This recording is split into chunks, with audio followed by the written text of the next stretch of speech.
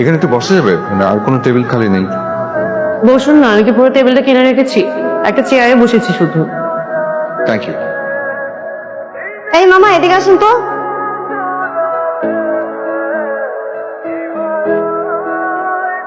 কি বাজে রান্না করছো, লবণ নাই, স্বাদ নাই। ইলিশ মাছ আছে? না, কি মাছ আছে? কই মাছ, তেলাপিয়া, রুই মাছ। কই মাছ কত এক পিস? 120 টাকা। কি, এক পিস কই মাছ 120 টাকা? জি। খাইলাম না তোমার কই মাছ, যাও, লাগবে না।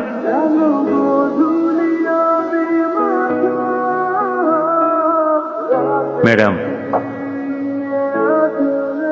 ম্যাডাম আপনি রেগুলার কাস্টমার, এই কারণে দিলাম। 50 টাকা দিয়েন।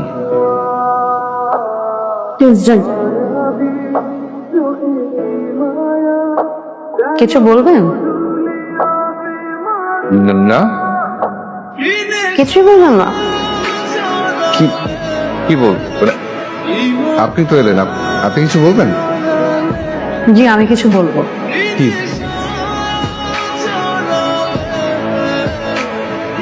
এই নিন আপনার 70 টাকা। কিসের টাকা? কই মাছের টাকা। কি মাছের টাকা? আপনার মূল্য মাছের মাথা। সেদিন খাবারের মাঝখান থেকে উঠে গিয়ে নিজের টাকা খরচ করে যে 70 টাকা দিয়ে আমাকে কই মাছ কিনে দিলেন, কি মনে করেছেন আমি বোকা মেয়ে, ধরতে পারবো না? কি অদ্ভুত, টাকা কেন দিতে হবে? দেখুন, আমি কিন্তু অসুস্থ বোধ করছি। অসুস্থ বোধের সাথে আপনার অপরাধ বোধও করা উচিত। আপনি কেন আমাকে চালবাজি করে খাওয়াবেন? আমার আত্মসম্মান বোধ নেই? প্লিজ এভাবে ভাববেন না। আচ্ছা, টাকা দিতে হবে না, আপনি ওই 70 টাকার আমাকে কিছু একটা খাইয়ে দেন। আমার সাথে এক টেবিলে বসে খেতে সমস্যা নেই তো?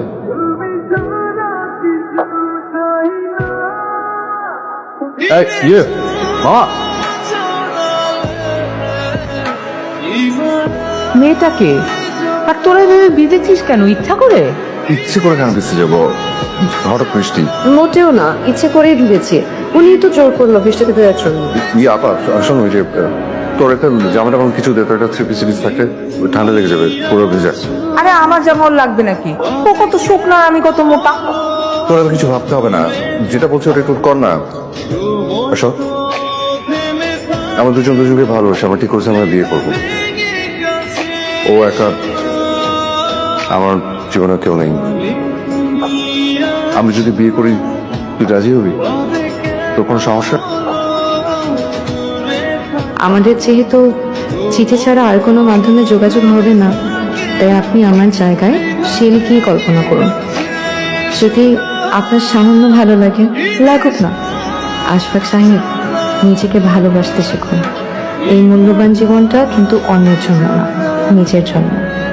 নিজেকে যত গুরুত্ব দিবেন, যত ভালোবাসবেন, জীবনের সার্থকতা তত পূর্ণতা পাবেন। অন্তত আমার কাছে এটাই মনে হয়। কি লাভ অন্যের জন্য নিজের আনন্দটুকু মাটি করে? ভালো থাকবেন।